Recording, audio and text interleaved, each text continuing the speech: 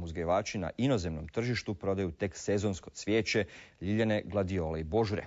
Ovih dana berba božura, poznatih i pod nazivom trojačke ruže, završava, a njihovu je vrijednost uz Cepetića prepoznao i Željko Ledinski.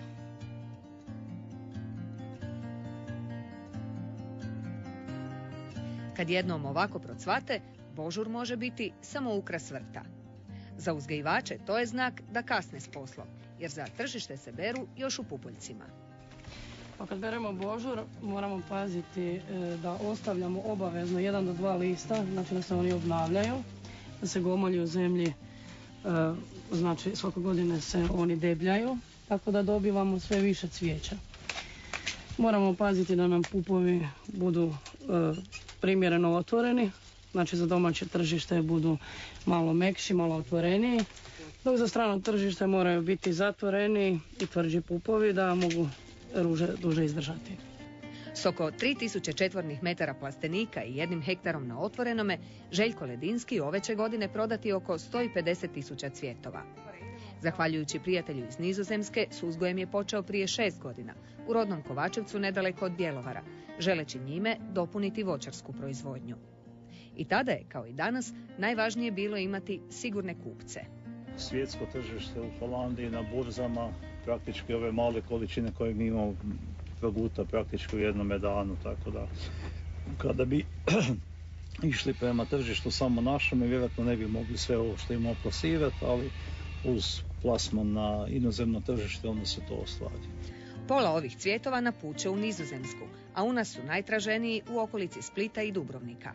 Ipak ondje još nema masovne proizvodnje, iako bi zbog ranije cvatnje možda bila isplativija nego na kontinentu. Možda je to zanimljiv proizvod za priobalje gdje ima dosta i tržišta i gdje nije potrebno imati plasteničku proizvodnju da bi roba došla ranije nego što inače dolazi na kontinentu. Ulaganja su najveća na početku, kada treba nabaviti gomolje za sadnju, a za 1 hektar potrebno ih je oko 20.000.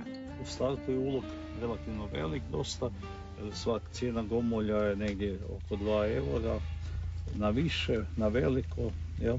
Tako da je dosta, rekao bih, u startu veliko ulaganje i spor obrtaj nazad. Tako jer on dolazi tek nakon... Da, pa tek prvi cvjetovi su u 3. 4. godini se očekuju, jel prve 2 godine se cvjetovi skidaju da bi se razvio gomolj i da bi imao što više postojanja. Za jedan cvijet, ovisno o kultivaru, na tržištu se postiže cijena od 5 do 15 kuna, pa kad počne puna cvatnja, može vratiti uloženo. Tim više što gomolji u zemlji ostaju i do 15 godina. Najzahtjevniji poslovi s biljkama su berba i zaštita. Osjetljiv su cvijet dosta, treba ga dosta štititi, pogotovo u plasteniku.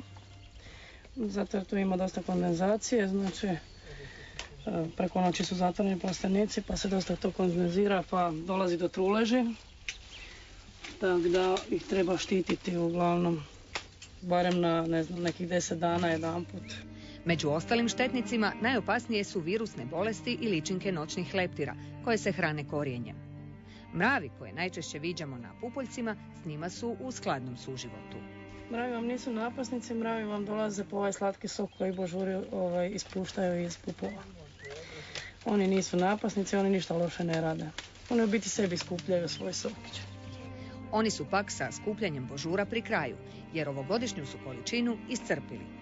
Kako u hladnjači mogu izdržati i do 30 dana, kupcima će biti dostupni barem do kraja ovog mjeseca.